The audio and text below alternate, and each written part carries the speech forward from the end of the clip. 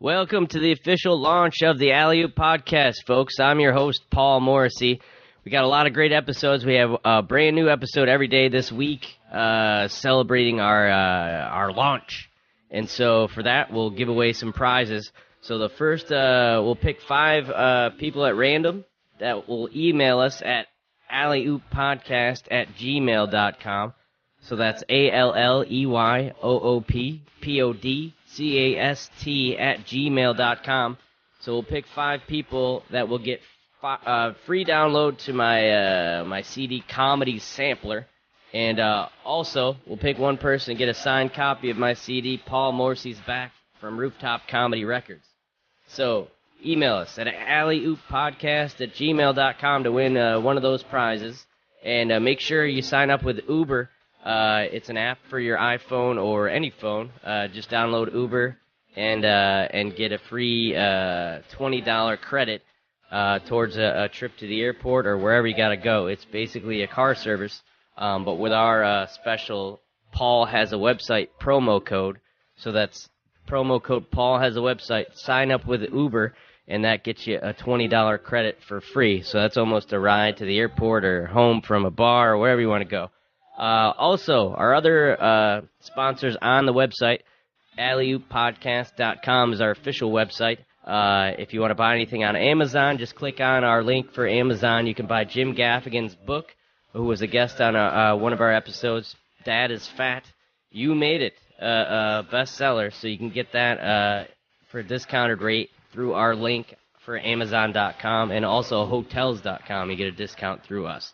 So go to alleyooppodcast.com, email us at alleyooppodcast@gmail.com, and to get one of the free CDs or downloads, and leave a nice review on the iTunes or tell a friend to subscribe. We're just spreading the word on everything. So thank you guys so much, and this is my gift back to you guys, a bunch of new good episodes for being a supporter of the podcast and a subscriber.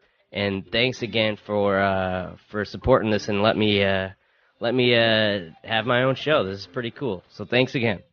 Yeah, this is comedian Paul Morrissey. This is his little podcast. Yeah, the Alley-Oop Podcast. Anyway, my next guest has got a chicken on his CD cover. It's a new comedy CD, the very best of Paul Morrissey, and it's available from his website. Please welcome back to the show, chicken lover Paul Morrissey. You are the whitest person I've ever seen. Look at this little pasty pale freak. Anyway, so the TV sports anchor job was a good job, but Paul totally blew it. I mean, he was joking around too much. This idiot got fired. So now he's a little girly man stand-up comedian. Yeah. And they like him at the little comedy clubs and on the Craig Ferguson. Yeah. But I don't get his jokes. He's always talking about food and ice cream. This is why he's so out of shape and flabby. Paul, listen to me. You should do more jokes about muscles and exercising. Then maybe you won't be such a flabby wimp. Oh, you just sit here all day. You do nothing but eat and cry those sad baby tears into your ice cream until it melts away like all of your dreams. What's up, cracker? You want some cheese on that cracker? Hey, honky boy. I'm gonna honk your titties.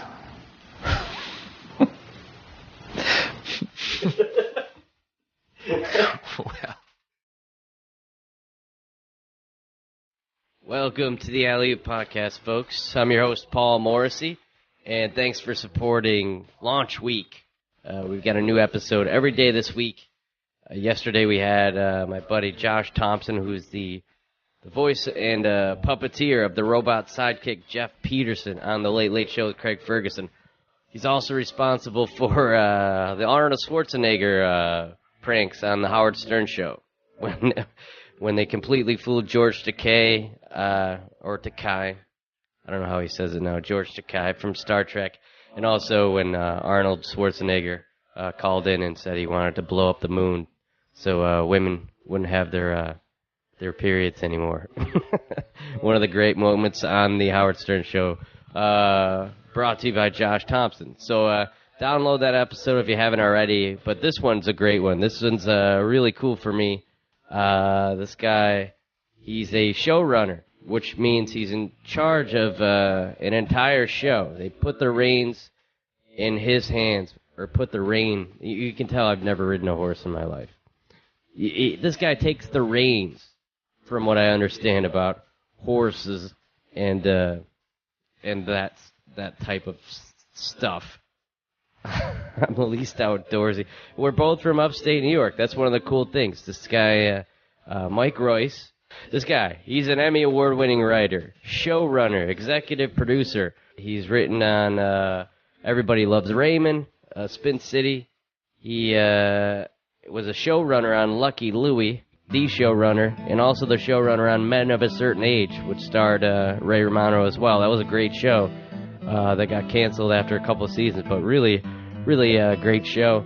And most recently was the showrunner on 1600 Penn, and also just got a brand new show picked up on Fox called Enlisted, which is an Army like a training camp TV show. So that's coming out this fall. So he was kind of in the middle of those two things. He had the new show Enlisted got picked up on Wednesday, and he found out the 1600 Penn got canceled on Thursday.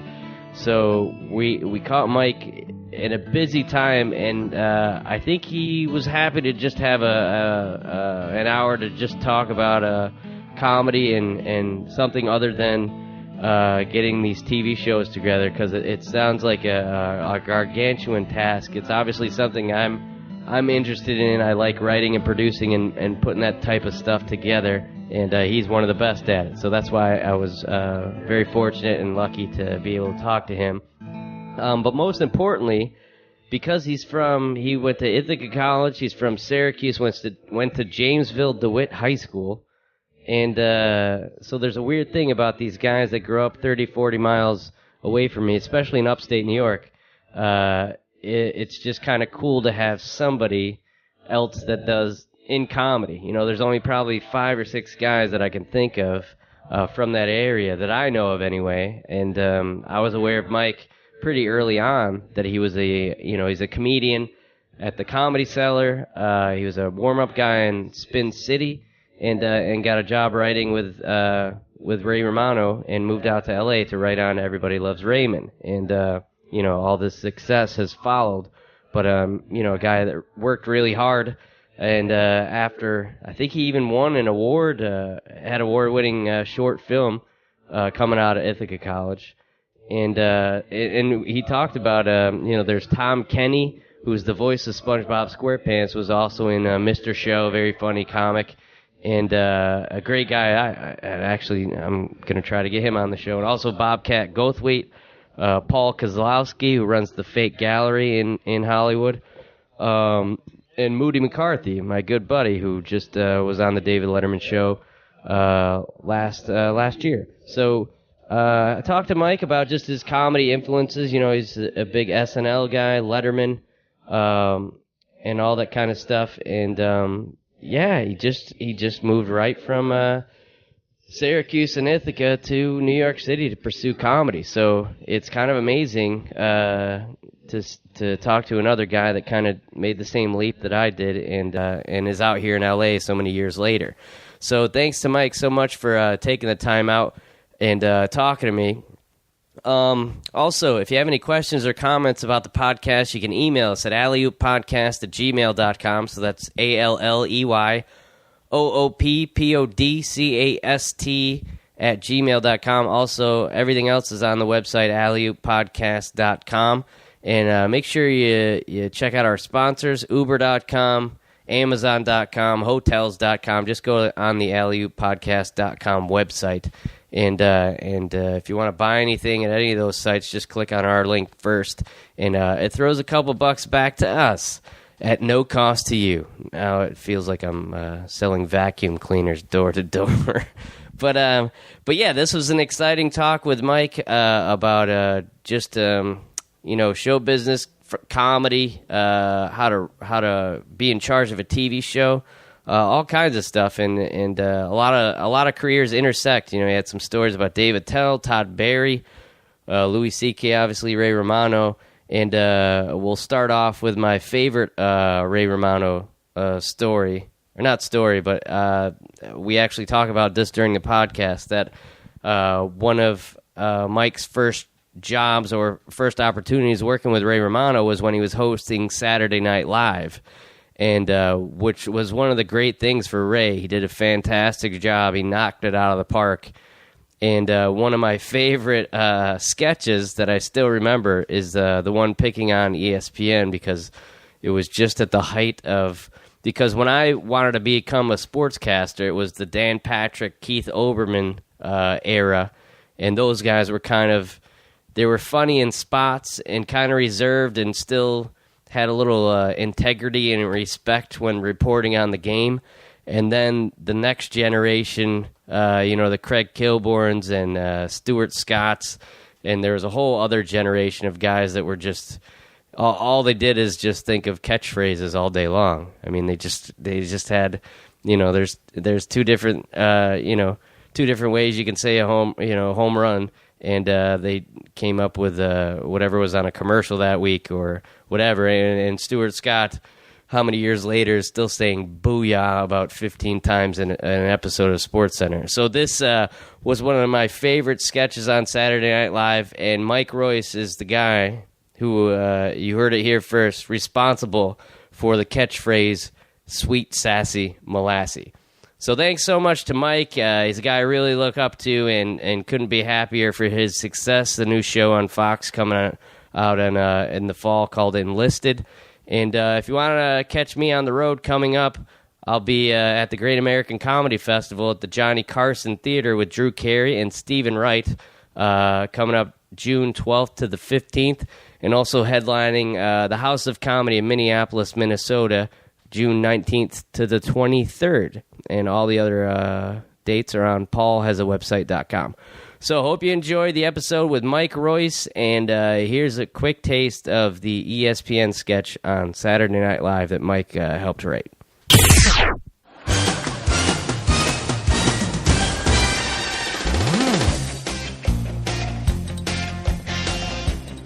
Hey, welcome to SportsCenter. I'm Stuart Scott. And alongside me is newcomer to the program, Chet Harper. Hey, how you doing, Stuart? All right. Hey, Chet's more excited than Dennis Rodman at a Clinique sale. Booyah! Got your partner. Well, the Lakers and Sonics at the Forum, two of the favorites in '99. So who's it going to be in Y2K? Well, Shaq weighed in with his opinion. Booyah! Booyah! Booyah! That's right. Shaq Daddy for 37 points. He sends an invitation to the finals party, and it says, BYOB, bring your own booyah. The Lakers destroy the Sonics 114-82. Chet. Thank you, Stuart. Latest talk is that David Robertson is over the hill. But in my book, you got to get to White Castle before the weirdos show up. Tonight at the Alamo Dome, he gets happy-go-Jackie on the big white guy like a donkey eating a waffle. Sweet Sassy Molassy, get out the checkbook and pay Grandma for the rubdown as the Spurs beat the Heat 86-79. Stuart.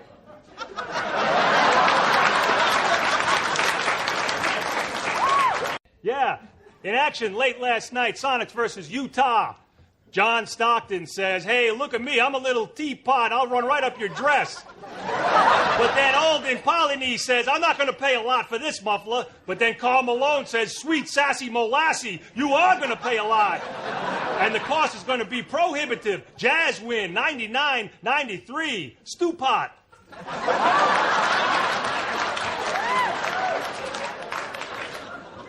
Sweet Sassy Molassy. Yeah. You like it? Don't steal it.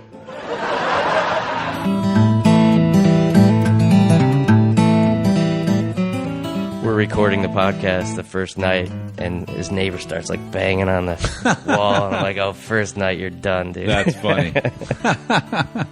Well, I'm here with Mike Royce, and congratulations, you got your new show Enlisted. Thank you. One down, one up. 1600 Penn went away, and now Enlisted is Enlisted got picked up on a Wednesday, and 1600 Penn was canceled, not unexpectedly on a Thursday. So, oh wow. it was just this is what happens. Yeah, it's a bit of a roller coaster. Yeah. Well, I want to give you a little background because I am from this tiny town, Owego, as we know. Yes. And you are from Syracuse. I'm from DeWitt, to be very specific, outside of Syracuse. And you went to Janesville DeWitt High School, that's right. So were you Mr. JD or no? No. Do they have that title? I was definitely not that, officially or unofficially. I think my roommate freshman year was Mr. JD or something like that. Maybe they did have that. No, that wasn't exactly my area of expertise. Yeah. Well, I grew up in this little town, and then I was a basketball player, and I coached for a year, and then I got into sports. So I moved to Phoenix, Arizona, and did like behind the scenes, and I got an on-air job in Chico, California, where there are no sports, and that's when I actually started getting into stand-up. So I quit my, and it's funny, like, all these TV shows, the dream make-believe job is like you're a TV sports anchor or something like that. And I actually did that. That was your day job. And quit that to do comedy. Right. So I moved to New York City and basically did grad school just to afford to live in New York, and then just did comedy every night and on the weekends.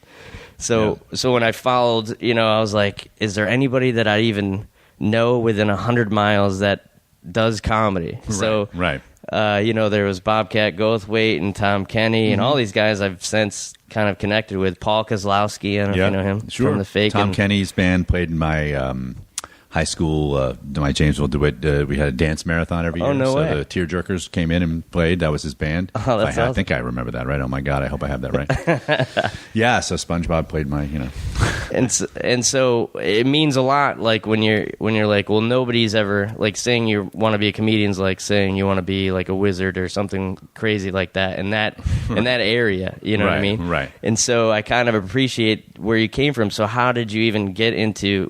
Did you first just get into stand up, or what the? Yeah, I mean, I went to film school at Ithaca College, and but my dream was always to be a stand up. Like when I was a little kid, I was a big Saturday Night Live head, and watching Carson with my friends, and then Letterman was the big one. Letterman came on at the right time for my age. I remember watching the morning show. I would stay in bed. It was the summer, and I would stay in bed till I had a job at the mall, and I knew exactly how much time it took me to get there if I ran there. And so I'd stay in bed watching his show up until the last possible second till I had to be at my shift at noon. I could jump out of bed and jump in the shower and just see almost all of the Letterman show, or maybe I missed the last 15 minutes or something. Oh, wow. And I was obsessed with Letterman, and my good friend Stuart Connolly and I made a film about, when I was in college, made a film about, I had just seen Zelig, so I kind of ripped off Zelig and made a fake newsreel about how David Letterman wouldn't let us on and how the American public was growing, antsy, and he was taking a lot of, it was, that America wanted us to be on. Mm-hmm. And I made that into a fake news story. And then the film won a couple of awards. Oh, wow. So my obsession, paid off, and we sent it to the show even. And then in later years, I found out that he actually had seen it. Not that they could do anything with it, but I'm trying to think who told me that. It was somebody who worked on the show who was like a PA or something. I was like, oh yeah, no, they know about it, which was thrilling. And then later I got to be the warm-up comic for one day for Letterman. So that was a fantastic. Yeah, I mean, I'm a huge Letterman fan, and I know a lot of the history, and I talked to, I think Spike Ferriston was telling me the story about how he went to the show and pretended he was with this German tourist group who Letterman brought on stage. Oh my God, that's hilarious! And then it was only a few years later they got hired to write on the show, and he just decided to never even bring it up. I'm sure that sounds like a good policy. Yeah, Todd Barry was on Viewer Mail. Oh, really? When in the early '80s, yeah, I think he has the clip somewhere. But Todd Barry got on Viewer Mail. He sent a letter that they put on, and I don't know what happened. Whether they I think they called him or something. I don't know. But that's great. Yeah. So. Yeah, my buddy Moody McCarthy, who's also a Syracuse comedian, he just did Letterman for the first time last summer. That's great. So, and he also said one of the nicest guys. I think when he first started, he said he did a show up in Syracuse or something. Did. But I think because I moved to New York in 2001, so I think you were. I moved here in 1999. Right. So from Ithaca College, did you already? Because for me, I don't think I even knew where you could do stand up in upstate New York. So how did you end up? Well, that was I honestly never thought I would be a comedian because I was definitely not the most assertive. Like, I just thought it's so scary to do it. And then I did some performing in high school, which I guess probably just like musicals and stuff, I guess probably introduced me to the concept of getting on stage and saying things in front of people. Yeah. But even so, just being a comedian, I remember going to college and they'd have college comedy shows, and there were some guys. There was a really good comedy show at a TV show at Ithaca College called The Nothing Special, and there were all these funny guys, Dave Juskow and Danny Vermont, and John Weber and John Vitti, and a bunch of guys who have gone on to various comedy careers and stuff like that. But I never wanted to do. I just couldn't imagine doing stand up at my college and then sucking. And then you're walking around for 4 years or however much you have left with your audience. Just you're trapped it's like a cruise ship that goes for the next 3 years, you know. Yeah. So hey, there's the guy that sucked every day for both semesters. Yeah. I didn't want that, which shows you where my confidence level was at. Yeah, but I think that is still the thing of when everyone wants me to do a show back home, of course, but. For me, it's a nightmare because it's. I think I even in that one documentary about Ray Romano, he's like, I'll never play Long Island because it's just my whole family, my teachers, and those it's are all a whole the people. different story. It is. I had to once perform. My mother-in-law hired me to perform for her. She was the president of the Society of Actuaries, which is actually a big group of people. But I got hired to perform at their fundraiser, and oh my god, I mean, it went really well, but it was nerve-wracking. Yeah, it's like that's my son-in-law. Oh man. But, so was there any specific comedian or anything that? Because for me, I think I would see George Carlin, I would see Bill Cosby, once in a while those specials, but those young comedian specials when I started watching, I was like, oh, okay. Young comedian specials. Anybody who was on Letterman, I mean, Letterman himself, because I actually watched him at the end of, the 70s, when I was really young, on Carson. Well, Letterman as a comedian, which, Letterman says he wasn't much of a comedian, but he was so funny. Even, that's what I remember, as the rare time you got to see him be a comedian on Carson. It was, oh my God, it was so hilarious. That's who I wanted to be, Yeah. And then so that translated to, because I think for me, and I love Saturday Night Live too, but I was like, well, everyone likes funny stuff, everybody watches Letterman Saturday Night Live, and everyone's like, yeah, but you liked it way more than everybody else, right? And I didn't know that at the time, No, I had that whole thing where, Steve Martin records, listening for hours on end. George Carlin, I bought every one back, way back then, listening to all the albums. I remember, my family, my grandparents, who are not with us anymore, but they had a cottage up on Cape Vincent, very, almost Canada, basically, on Lake Ontario. And my family still goes there. We all still own it. And there's 80 of us now because there's so many because we're Catholic. I'm not Catholic anymore. But anyway, there's a lot of kids.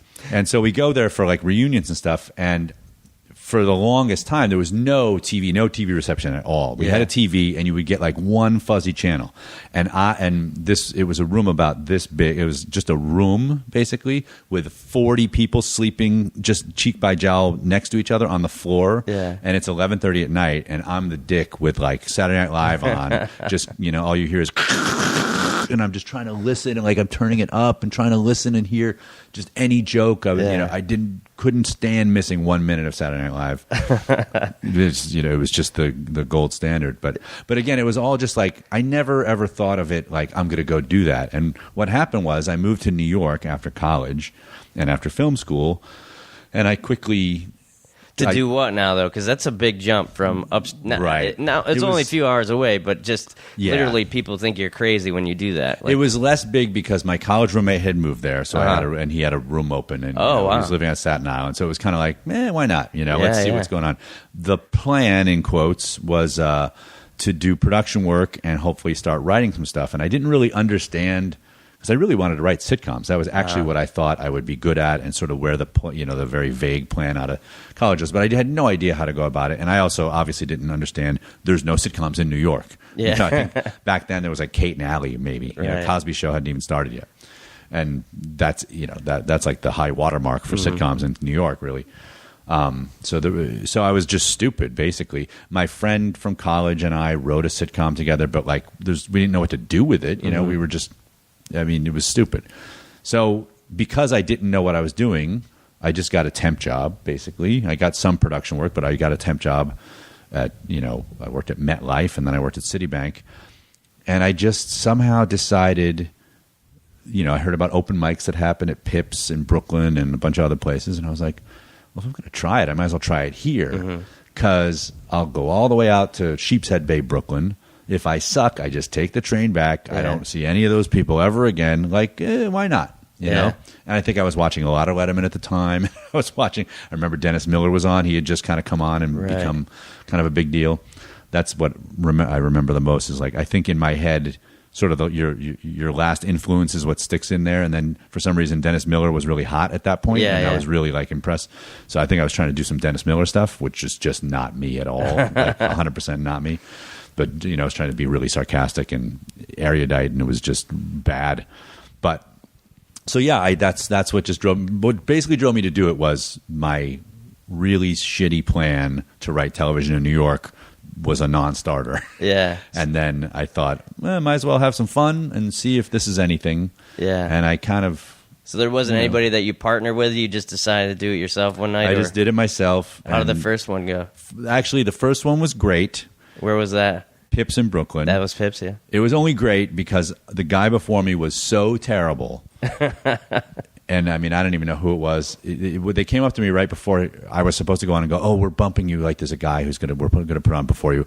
I got to get him out of here." And I thought, "Oh no, it's somebody good, who's bumping me or whatever." Yeah. And it turned out to be some guy they just hated so much they wanted to get him up and out. Right. And they put him on, and he was just he was not he was not from this land. He had it's kind of like English as a second language, really. It was just unfair. Right. And he was a little off, there wasn't really. So when I came on, I'm not proud of it, but my first joke came at the expense of another comic. Right, yeah. Because he had this weird bit where he would go, I think he was Russian or something. He'd say a joke and then he'd go, now I'm going to do that same joke in Transylvanian. And then he'd turn around like he was going to do an impression, put in fake vampire teeth, and turn back around and do like his same shitty joke that he just did, but like with a vampire accent. And people were just like, what's going on? I don't know what's happening.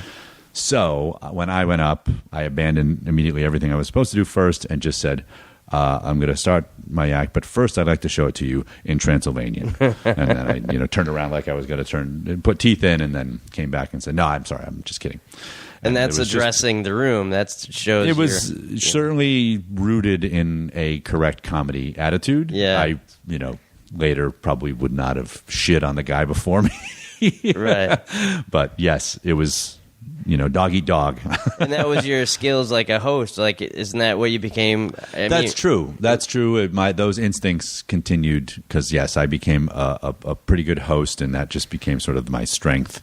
Yeah, that's what I heard. That you and, who was it, Mike Sweeney, maybe? You were the two New York MCs and the best. Michael Patrick King was like, oh, okay. He was before me, not to compare myself to him or Mike Sweeney for that matter. Those guys are the geniuses. But Michael Patrick King, I always heard he's the host. He's the guy. He's like, and he had kind of moved into TV writing by the end of the 80s, and that was just when I was starting. Right. So I actually got my first hosting job because Bill Grunfest, who ran the Comedy Cellar, was also getting into TV writing, and he used to host every night at the Comedy Cellar.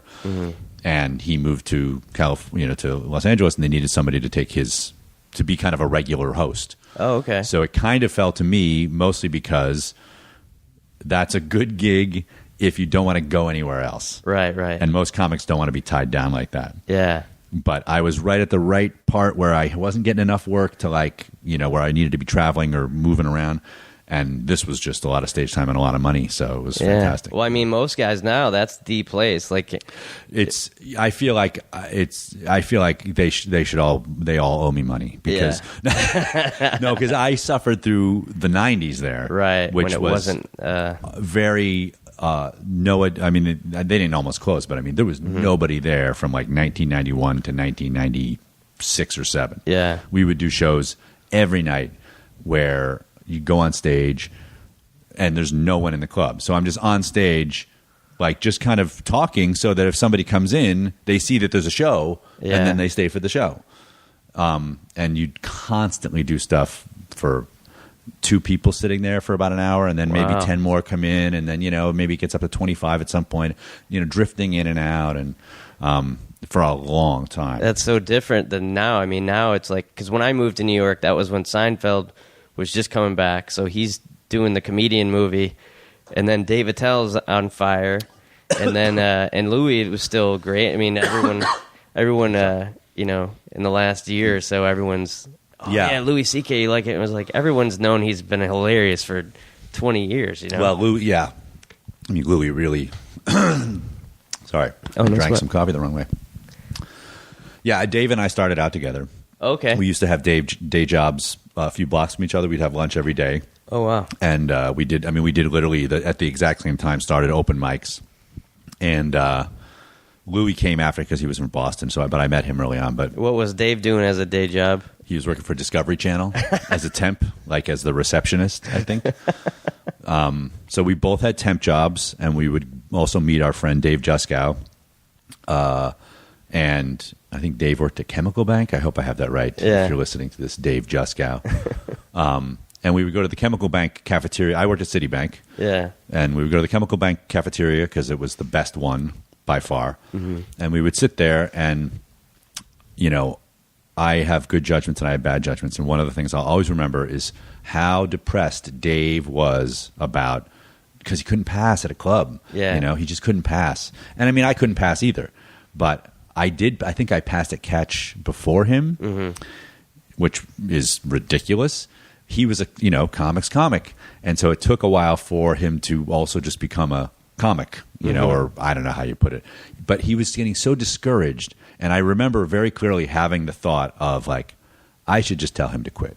Like it's good, just just because I'm his friend, and I don't want to see him suffer because he was so depressed about it. Yeah, and really, all it would have been the worst advice anyone could have given anyone, because he's like one of the most hilarious guys there ever has been. Mm-hmm. And of course, we're still friends and everything.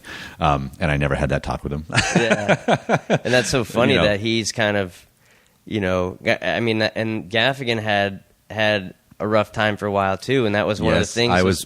He opened for me during a very rough show for all three of us. It was me and Danny Vermont and Jim Gaffigan, if I remember right, up in like, I want to say Suffern, New York, and I think Jim was like doing political stuff at that time or whatever. Yeah, I mean, and one of his things for the longest time, he said his biggest credit was that Dave Attell thought he was funny, and that's what kept him going. And Dave Attell, I think Ray Romano thought he was funny. I remember Ray Romano, like me. I remember being at the Comedy Cellar hosting, and Ray and seeing Dave on the schedule, and going, "Oh, Dave started working here. This is awesome," and. Ray came in and like set himself up for the food, like in the corner. I'm like, "What are you doing?" I'm like, "Oh, this guy Attell, I gotta see. He's so funny." Yeah. This is a guy I've known for a really long time. Right. And I'm like, "Oh, I guess people are liking him." And he just, Dave just started crushing and just became, the one everyone wanted to see. Yeah, that was the first time, because I one of my first big breaks was I got in that HBO Comedy Festival, which I believe you guys did the Everybody Loves Raymond writers room. Yes, in Aspen we did that. Yeah, like 10 years. No, ago. this is the Vegas one. Oh, do you remember going to that? I could have gone. It's possible. Yeah, that was like I think you guys were trying to get it into shape as like a. So we probably did do it. I just don't remember. We did a few. You mean the panel? You're talking about the panel? Yeah, Everybody Loves Raymond? Yeah, we did a few of those. And they were giving Seinfeld the Comedian Award. I don't know if you remember that. Okay. They ended up showing that on HBO. And I probably wasn't there for that, but yeah. Yeah, and I remember Ray was on stage with you guys, and he was talking about he's like, whenever I think of a dirty joke, I give it to Dave Attell. He's my favorite. Right. Yes, that's right. Ray was always sort of envious that Attell could say the things that he was saying, because of course Ray was laughing, and all of us laughing at everything. And actually, that's when I saw that documentary that Tom Caltabiano did about Ray. 95 Miles to Go. Yeah, that was like the premiere or some kind of screening or something. Right. So, right. But yeah, I'm trying to remember it. 'Cause, I remember you guys talking about. I mean, we did panels, a bunch of different ones, and I wasn't there for all of them, so that's possible. I wasn't there for that one. And some of them kind of blend in. It was, quite a party. Yeah. Well, I just remember it was at Caesar's Palace. And then they had all these shows. I feel like I was not there for that. And that was when the Sopranos were like in Vegas, the shows. Oh, that's funny. And there was a big poker game, and Gandolfini was in the poker game, and so I had a couple beers that night, and Gandolfini's walking through the casino, and it was like you just think you're in a episode of The Sopranos, and nobody's there. Yeah. Right. But yeah, so then from stand-up you got into doing warm-up on shows, is that right? Or, yeah, actually, I owe Mike Sweeney, although I don't think he minded passing this on to me, but Mike Sweeney was the warm-up comic for the Maury Povich show for a while. Oh, wow. And then he moved on, and they needed somebody, and so I took over for him. And, this was Maury's previous show, not that it was a ton different, but I think Maury's show now is mostly boot camp and Are You the Father? Right. So this was much more when he was trying to be Oprah. I mean, not trying to be, but he was just a regular like daytime, different topic every day. Yeah. Sometimes, like have some credibility kind of. Yeah. Sometimes it was touching. Sometimes it was ridiculous. Sometimes it was funny and, but a whole potpourri of nonsense sometimes. And sometimes, good shows. But yeah, it was great. It was a great gig on a certain level, which was I lived at 26th and 3rd. Maury shot at 26th and 7th. I would just get up in the morning, walk across 26th Street, go into the little kitchen, take a giant cup of coffee and, just ice and guzzle like a gallon of coffee, go on stage at 10 o'clock a.m., which was a nightmare. Yeah. You're just not awake. As a comic, you're right. not awake. But then you just, get everybody, where you're from, how's it going, blah, blah, blah. Get everybody in a good mood, hopefully. And then introduce the show. And then in between the commercials, you go out and talk to them and stuff like that and try to get people to ask questions usually. Yeah. But it was a very odd gig because of the nature of the show, Right. But it was still related to comedy. I mean, I think that's a good... I wasn't supposed to sit there and do my act, really. Mm-hmm. Not that I could do whatever I wanted, but I mean, the idea was just get the crowd literally warmed up in a good mood, and a lot of times they just wanted to make sure that they were asking questions because that's a big part of the. And for people who don't know, like most live audiences do have a warm up guy. Like if it's a talk show like Ellen that has fans, then you're almost just trying to play crowd control. All right, everybody calm down. But a lot of these shows, they're paid audience members, right? And so the warm-up guy has to I mean, plenty of times on Maury's show there was like, oh, we're getting a bus full of people from some other show because they're like we stole them, but like it's like you take one audience and move them around, and sometimes there'd be the weather, so some big audience was supposed to come, they didn't show up, and I remember shooting the show like moving the audience from one side of the thing to one side of the stage to the other, just switching chairs so we could shoot the other way. Most of the time there were plenty of people there, of course, but we do mostly 2 shows a day. A lot of my job was lying to the people in between shows to say the next show's starting right away, and I would just lie and say you're not allowed to go to the bathroom. Right. That was basically 75% of my job was preventing people from peeing. Yeah, because those sitcom ones, they're 5 hours, and as soon as people figure out they can just leave, then they're gone. And it's also a testament to one of those experiments in terms of who has authority and who doesn't, because people would just, why would I have to listen to me? Mm-hmm. No, you can't go to the bathroom. Okay. Why do I have power in this situation? But if they everybody who produced the show knew if they get up, they go to the bathroom, they're like, let's get out of here, and then they don't come back. But all in all, the plan's kind of working, though, right? Are you ever as depressed as Attell about, like, why can't I pass?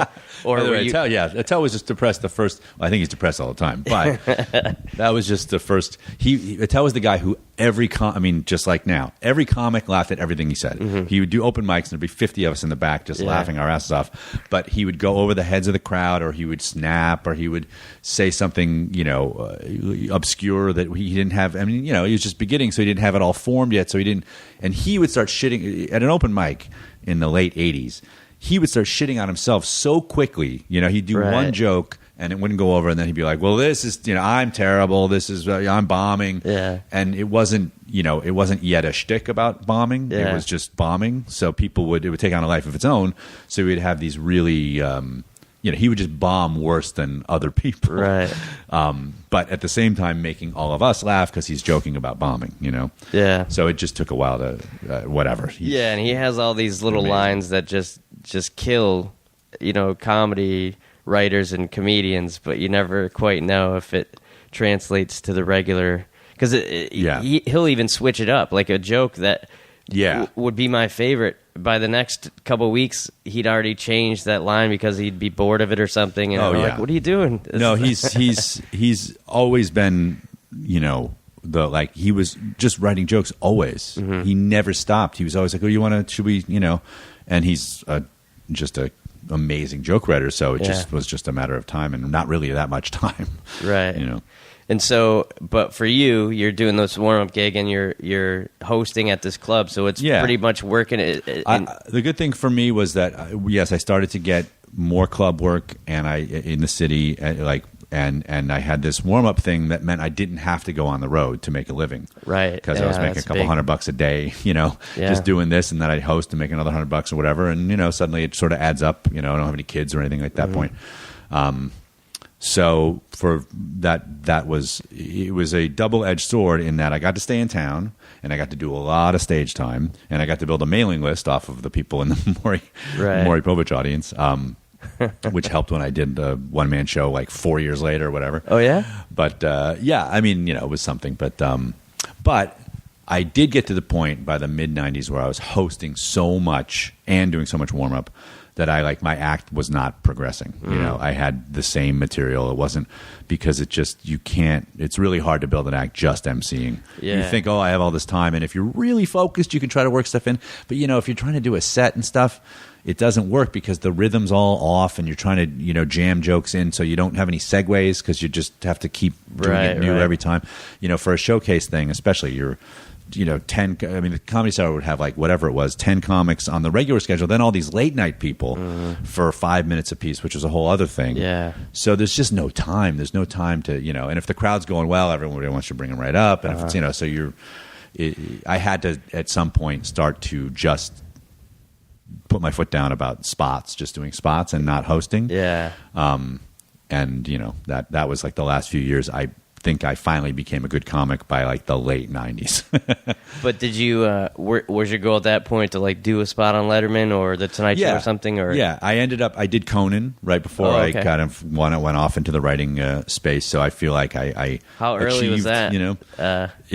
I did it Thanksgiving Day 1998. So it was 10 years. I'd been doing it 10 years. Yeah. And like I said, there was sort of a whole 5-year period where I was getting a lot of work, but my act was not really doing that well. Yeah.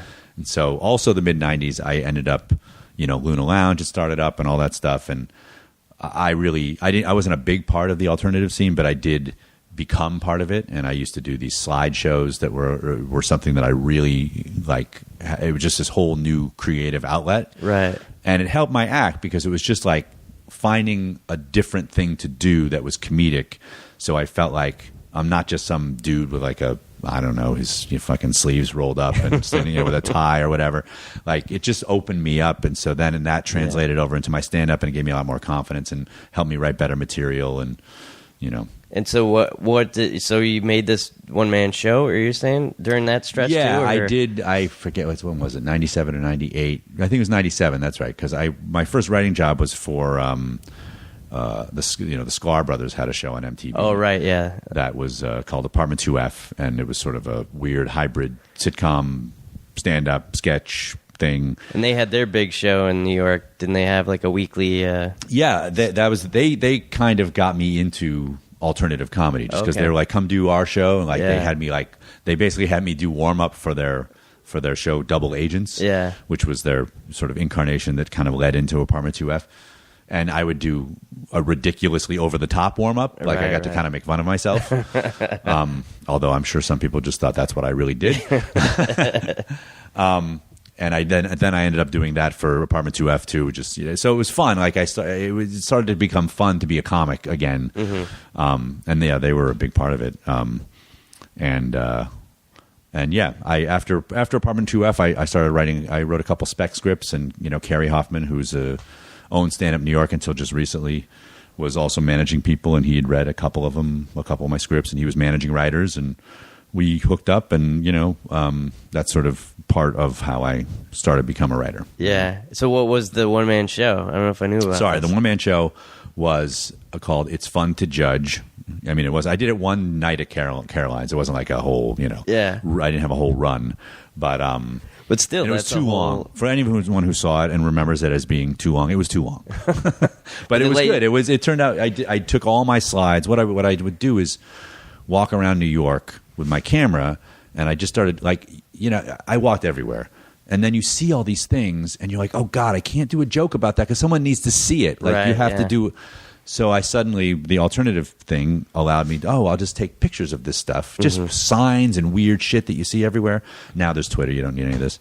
But, and I would put together in just an old time, slide carousel. And I would take it to Luna Lounge, and I wrote a whole narrative and just did basically jokes based on these pictures and commentary, and took it through, a whole thing. So I did a few of those at Luna, and they went over really well. And then I put sort of a best of together for the one-man show, along with a few goofy, sort of sketch type things or whatever. So it wasn't even, when I say one-man show, it was basically just, here's all my alternative comedy, everybody. Yeah.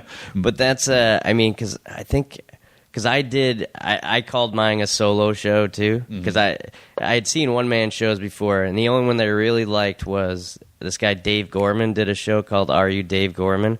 I heard basically that. he just met all the people named Dave Gorman in the world and told a story about it. And so that was fun to me, and I was like, wow, I'd like to do a show like that doesn't have anything to do with my act. Right. And so with that TV reporter job, I had to cover news and sports, and I was working out of this little bureau, and the other reporter was an older guy who was homeless. I found out he lived in the studio. Right. And we had a salesman who was selling computer parts black market style. So it was and we had no supervision. So it was this crazy thing. And so I would start telling the stories about doing that, and everyone's like, wow, do you still have any of the video of those stories that you would do? And I was like, well, yeah. So then it turned into I tell 6 of these stories and then show the videos, and then so I did it at the UCB, and I did it up in Montreal and all over the place, and that was a fun thing that wasn't my act at all. Yeah. And just something that I could have fun with, but it still wasn't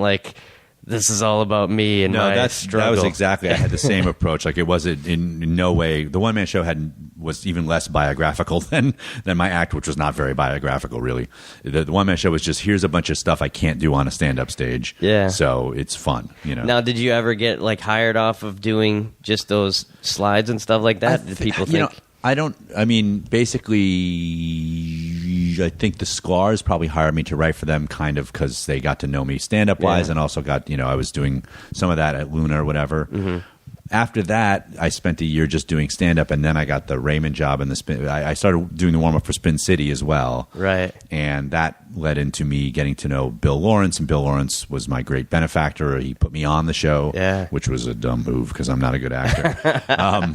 And he let me write a script for the show. Wow. And so that wasn't really based on stand-up. Well, it wasn't based on But you moved to L.A. basically from... What was the impetus to move to L.A.? Well, I had an offer from Everybody Loves Raymond because Ray I knew all through, my stand-up career, and we were friends. And when he started doing Everybody Loves Raymond, we pretty much lost touch.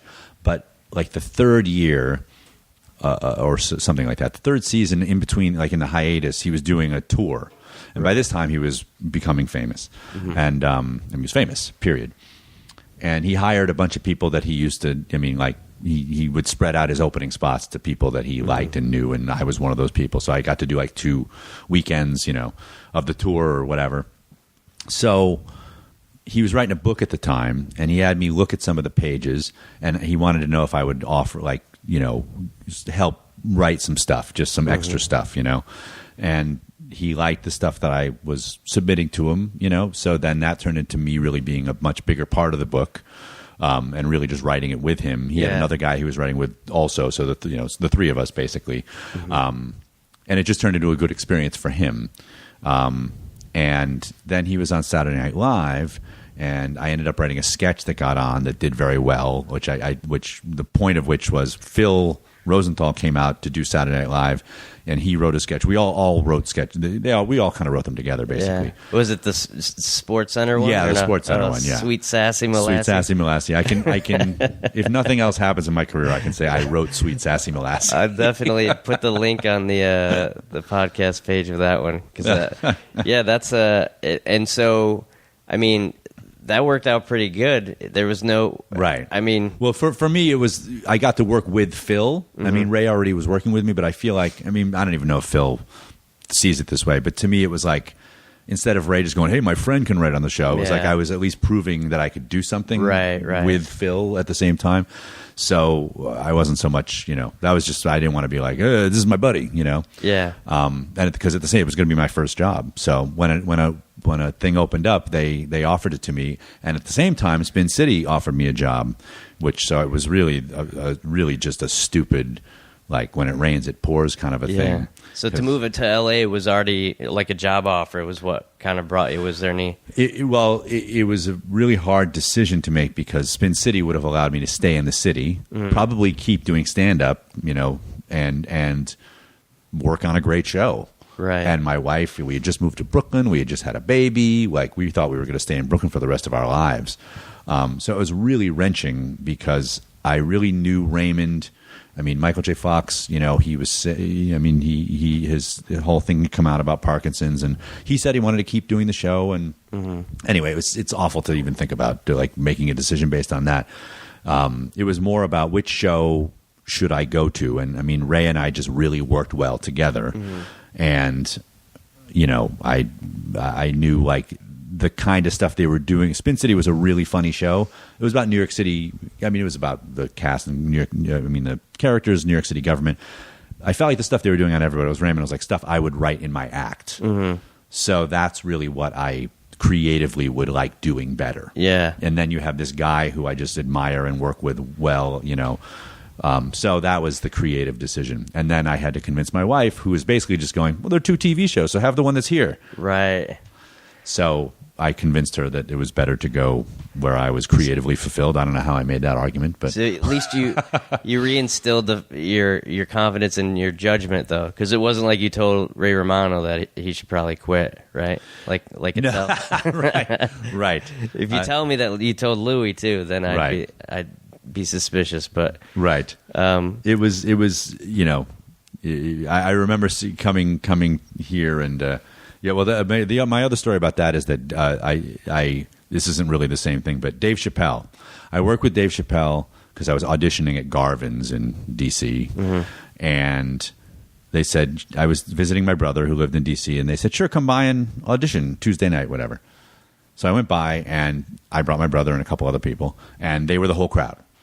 So because they were the whole crowd, they made me wait till the end while they put on their other 16 people. Oh, one of whom was this like 17-year-old kid who just, I'll say he destroyed because my friends were laughing their asses off at him. Right. And it was Dave, and Dave, I go in the back and we start talking, whatever. And he's like, yeah, man, I want to move to New York, and I really want to get there and just, make it happen. And I'm older than him. I've been around a little bit, So I start giving him a bunch of, not advice, but I start going, it's pretty tough there. Yeah. So just be sure when you move, be like I see. And it was true. I've seen so many guys move to New York and then they get so discouraged. Like I meet them on the road, then they move to New York and they're like, why can't you put me on? I'm like, I have no power here. Like I'm not booking it, and then they go around to all the clubs and they strike out and then they've moved to New York and they got nothing. You know?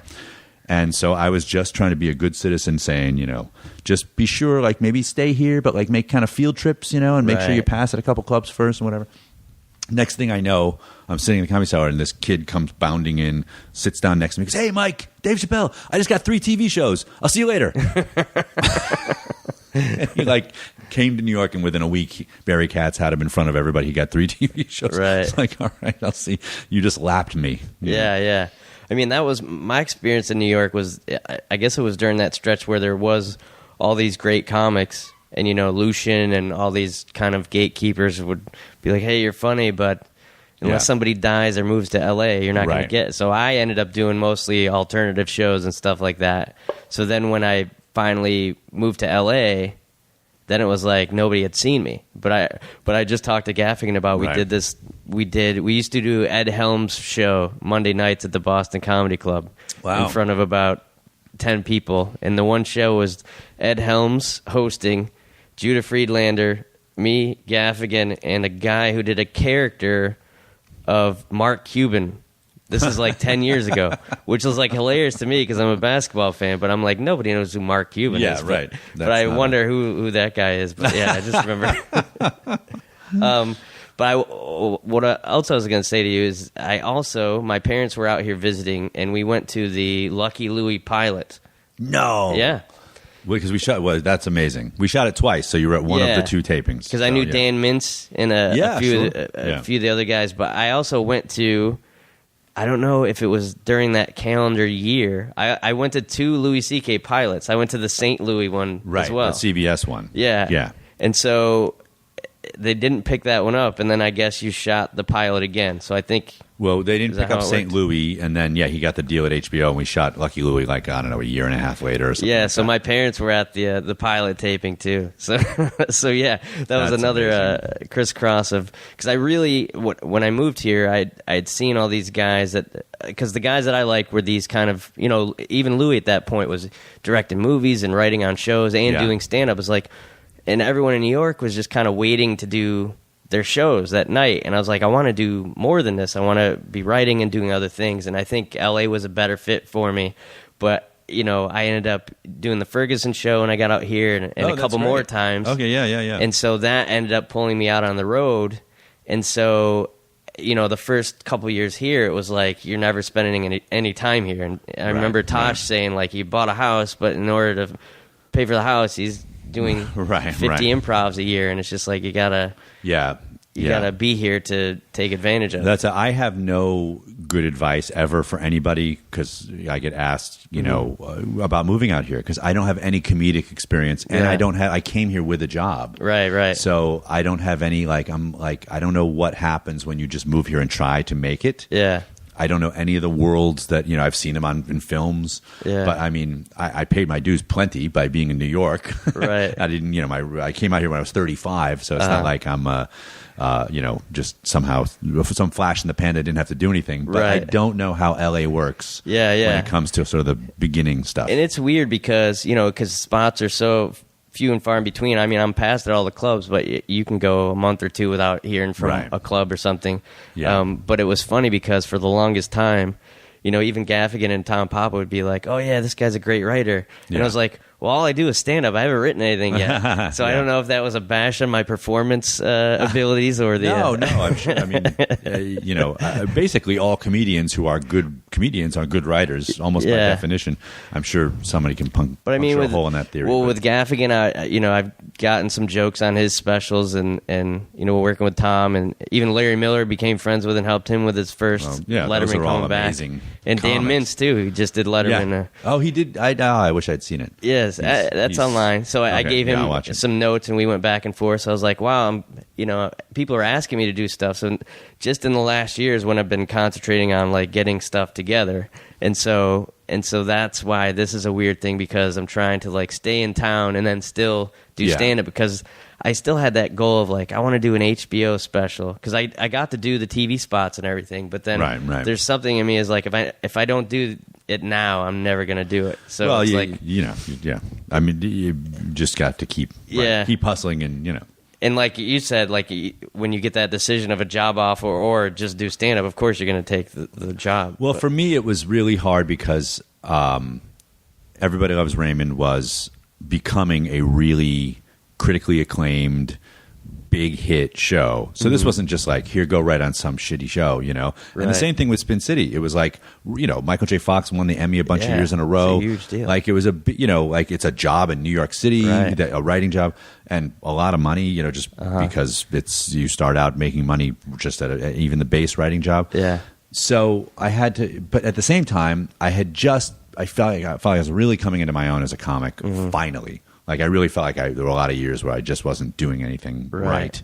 I was just kind of surviving. So I knew that it would be kind of turning my back, and I knew if I moved out here, I don't have any connections out here. It doesn't matter that I'm a writer for Everybody Loves Raymond. That's not going to. I'll get on the the Comedy Store once a month if I'm lucky, and probably not even that. Right. And my whole stand-up in New York was built on going on every single night. If I took a night off, it was a miracle. Yeah, you know, my wife would always, not complain, but it's just like, you're allowed to take a night off. I'm like, you'll lose it if you take a night off. Yeah. So the idea that you sit around for a month and then go on once, if you're lucky, right, for 10 minutes, it just was, I knew that was not going to be what I did, you know. So now this working process, how is this for you? I mean, you've basically been, a showrunner on shows, not just a writer, but like in charge of. So how has this process been for you to? Well, it's been. I mean, I feel like I I had a good education. Everybody Loves Raymond was really well run, really functionally run. The show was a quality show that I really enjoyed working on, and yet. We didn't have to stay till 10 and 2 3 in the morning, and we didn't kill ourselves because Phil really knew what he was doing, and Phil had the voice of the show, and he had great work habits, and he all the other writers were fantastic too, so they contributed to it. So I learned from that. I could never be that good, but I can at least aspire to be that good at running something. Then Louie gave me the opportunity to run Lucky Louie, and that was just a great. Like I was very fortunate that he needed me at that time, and my advice to anyone, it's dumb advice, but to writers, sometimes you get a chance to run something. Maybe you think it's, in this case, I read the pilot of Lucky Louie. I was like, this is hilarious. Of course, in HBO, it's like a magnificent opportunity. But sometimes you get an opportunity to run something, you're like, I'm not sure. I'm like, run it. If you're in charge of it, run it. Because then you get, Lucky Louie, as much as I thought it was, I thought we did a really good job, it got canceled. And I was worried. People would be like, well, you ran one thing, got canceled immediately. You know? And, the critics were like packing it back and forth on it. So it wasn't like I could point to like this incredible critical hit. I was just worried. Like I wasn't sure how that was going to affect my career. Right. How it affected my career is people are like, oh, you're a showrunner now. So you're in the club. Yeah. So that's on the resume. Right. And then the next thing we did, that Ray and I did Men of a Certain Age together, and there was no like, oh, let's bring in some big showrunner to, I was just going to run it. That's just what happened. Yeah, that's great. And then that turned into something, that also got canceled. but both of those, are great shows, and I think both will end up. Especially with Louie being as big as he is now, like people will look back and almost like Arrested Development type of thing and say, "Oh, why did they cancel that show?" Well, the thing I always say about Lucky Louie is that it just was not. It was kind of ahead of its time in that HBO is a much different place now. Yeah, and at that point, HBO was still basically Sunday night. Here is your gold-plated. Amazing entertainment that looks like a $100 million movie. So we were on after Entourage, and if you put us on after Entourage is like that's like a punch in the face, right? Just because you're going from this beautiful, all this whatever sex happening and like amazing production value to just our crappy little school play basically, which was an artistic choice, which was still, totally an artistic choice, and but I think not no one. There were people who didn't understand that. Yeah. And part of it was because of the contrast, I think. And people almost like that. It's like a polarizing, like if you don't get it, like it's almost like either you're on our team or you're not. There's no middle ground with that type of show, which is almost, well, and now HBO has a lot, they have other days of the week that they put stuff on. They have a lot of different kinds of shows that like. Those digital things because they got HBO Go and everything. Like if they had put Lucky Louie on Saturday nights at 1 in the morning or something and just said, here's like this funny, like no giant, here's the next incarnation of HBO-ness. Right. Instead, if they just put it on, here's Louie's thing, it's what Louie wants to do, which is basically what Louie's doing now. Yeah. If it had just been put in that context, it would have been on forever, Yeah, that's and great. Listen, now he's doing, an amazing thing. Yeah, so exactly what he wants to do. Exactly. So it all worked out. And for you as well. You're getting to. It must be so weird because for me, I can't let go of things as easy. So it must be a tough thing to like have a show that you put so much work into that doesn't keep going, but then you keep getting another. It's like having another kid, I guess, or something. Yes. as I get older, I learn to, and as I work, quote unquote, work more, I learn to disconnect a little bit. You have to invest creatively, but you also have to recognize what part of it is a business. And now I'm, working under a deal at 20th Century Fox. There's a little bit more of a business aspect to it. There's a lot of shows going on. If they 1600 Penn needed a showrunner, suddenly I was working on the show. I didn't have anything to do with the pilot, and it was a world. It wasn't like I'm the White House expert, Yeah. But they were doing a family show, so they knew I had that kind of experience, and it was great. It was a lot of fun, and it's too bad it didn't continue and everything. But that was more of okay, this is like what I do now, Yeah. And at the same time, I've been very fortunate to mostly only be involved in things that I had an enormous stake in. Men of a Certain Age was almost 5 years of my life, even though it was only on for 2 years. Right. We developed it for a whole year. Then there was a writer's strike that delayed the whole thing. Right. I was really in it, and it was really the show that Ray and I really, I certainly still wish it was on, despite the fact that I've had a tremendous time since then on other things. It was. I'm very fortunate to have had that experience. Yeah. So I still aspire to do something like that again, and at the same time, you have to pick your spots. You have to find. Now, where do you have a that. thing that in yourself that's like everything does happen for a reason, or you just kind of keep working? Or I don't. I definitely don't think everything happens for a reason. I just think that everything happens, right? And then you do whatever you can do.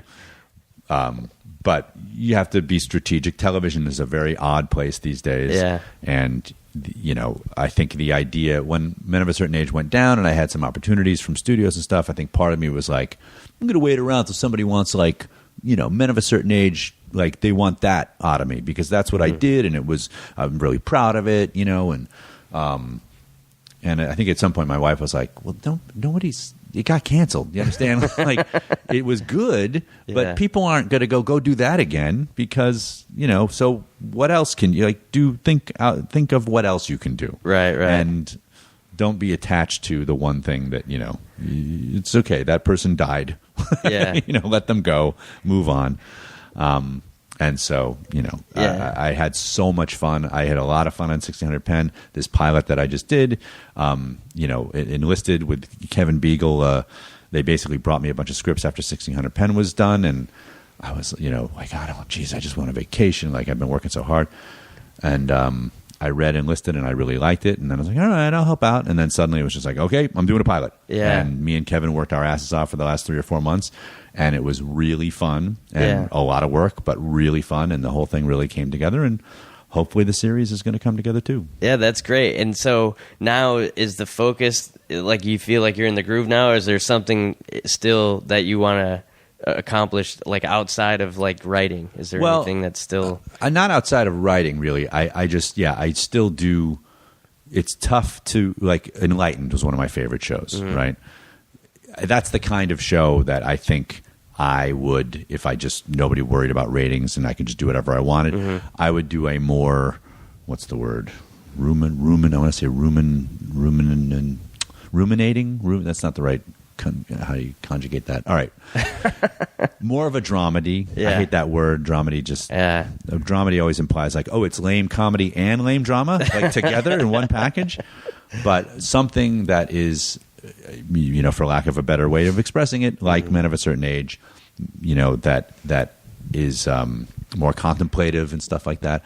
I really enjoy that type of thing, right. And that's I think also where I come from, especially as I get older. And I think there's a version of that out there that is both funny and sweet. Yeah, and it's also just not. It's not what the networks are clamoring for. They want comedies, big, bold comedies that they can sell.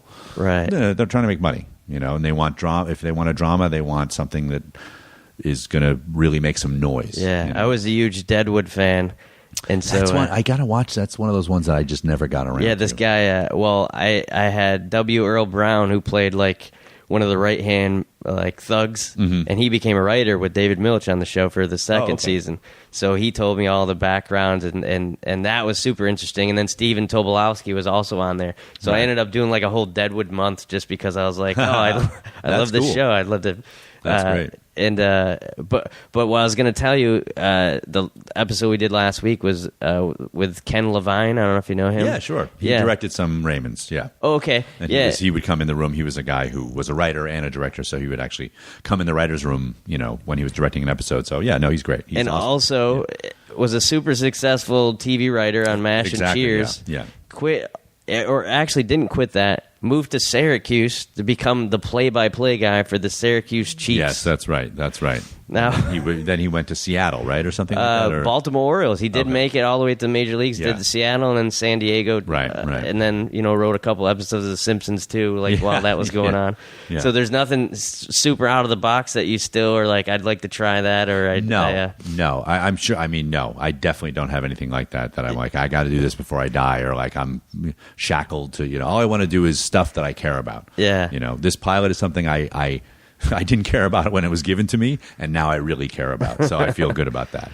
And then at some point, if I'm fortunate enough, I'd like to go, do just my own thing, and we'll see how that goes. But I'm, right now in a really good spot. Yeah, that's great, and congratulations on all that. I'll get you out on I wanted to do a quick sports thing with you. Were you a big fan of any of the Syracuse teams back then? Because you were probably primetime basketball. Well, sure. All the Syracuse Orange Men. I'm still. Everybody in the Raymond room would make fun of me always because I was such a big SU fan, and they'd be like, "Where'd you go to college?" And Ithaca College. Well, so what? I would root for SU, and they thought that's my alma mater, and that's the only reason you would root That's for our it. pro team in Central New York. That's exactly what I say. I'm like, there's nothing else to do there. You understand?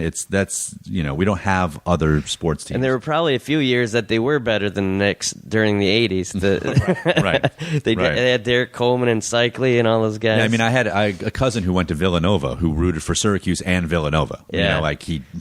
Yeah, the Big East back then was so great to watch and just so exciting. So, were you a big basketball fan, or I guess you're a hockey fan? I'm a big hockey fan. Yeah. Of course, SU basketball is just, you have to like that from, So I was a big SU basketball fan, not a big basketball fan, although like anybody, I watched everything that everybody saw, Jordan and, and I lived in New York in the 90s, so the Knicks were great and, crazy, physical, Yankee fan at all, or? Well, yeah. I mean, I'm baseball. I could take or leave. I enjoy going to games. My son plays baseball. He really likes it.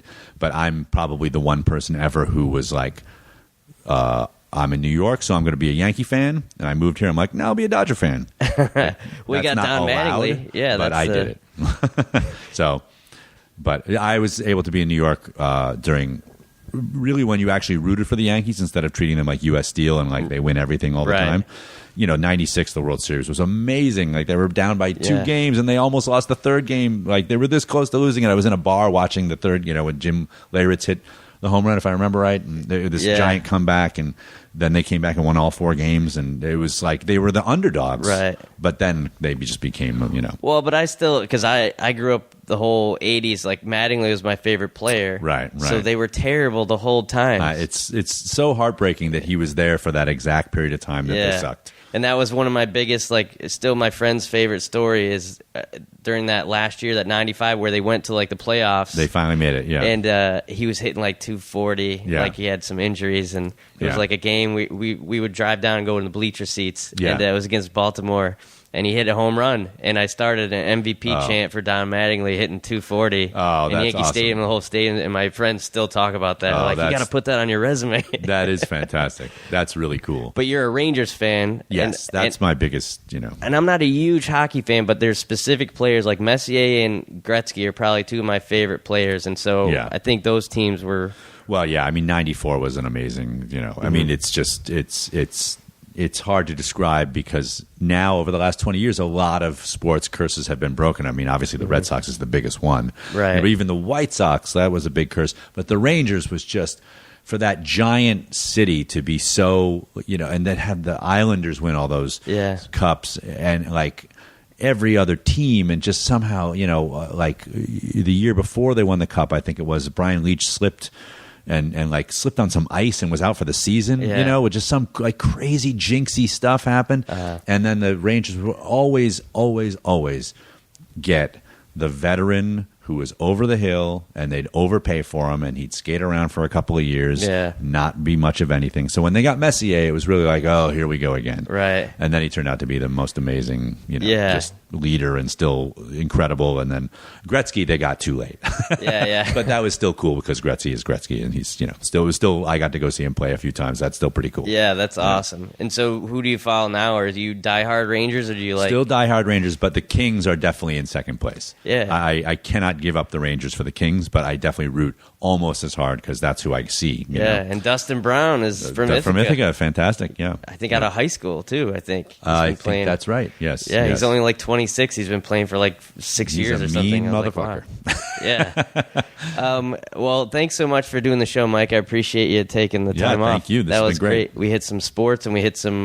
Hopefully, this was a relaxing part of your day. It is. This is honestly, we're about to enter crazy town because the show got picked up. Now we have to start staffing, and I have about a week before my whole stress level goes way up. So thank you for hitting this window. Hey, no problem, and thanks to you for being somebody. I mean, and I know it sounds weird, but even being from that area and seeing a guy go from New York into LA and doing shows and all that kind of stuff, and just seeing you every time I see your name in there with a show or something, I get really happy and excited.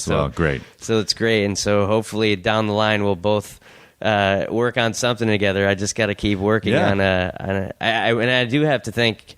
I think maybe you did a taping too late for Lucky Louie because my first Ferguson spot was because Louie canceled. So I don't know. Oh, that's maybe funny. You held him long enough for me to get my first network TV spot. So you mean during Lucky Louie taping, he was there too long and couldn't do Ferguson? That's what I got called. That's that hilarious. Day. Yeah. I'm sure I could probably pinpoint the exactly. Yeah. So in my head, I'm thinking that you're helping me out, even though you haven't yet. So it was all choreographed. I knew that was happening. Well, good luck with Enlisted, which is going to start.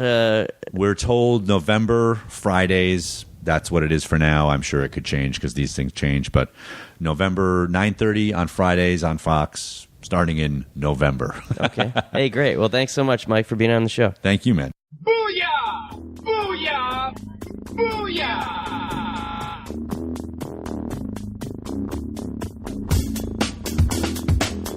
So that was the quick chat with Mike Royce.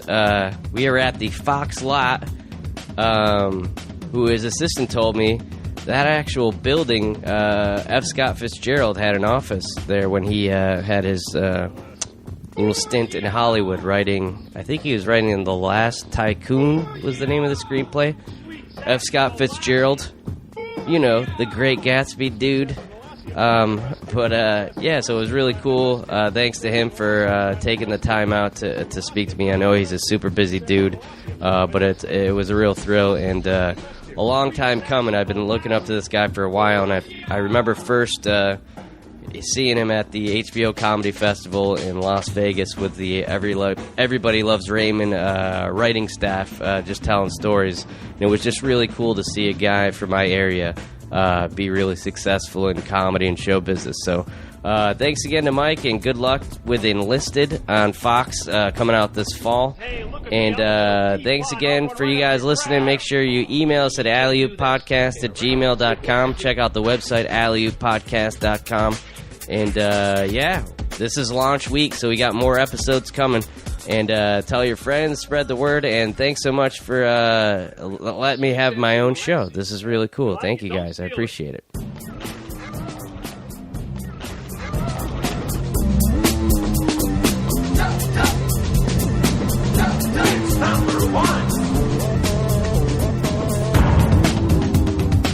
Sweet Sassy Molassy, I'm trying my best here. Like a fat girl waving her trophy from the smell contest.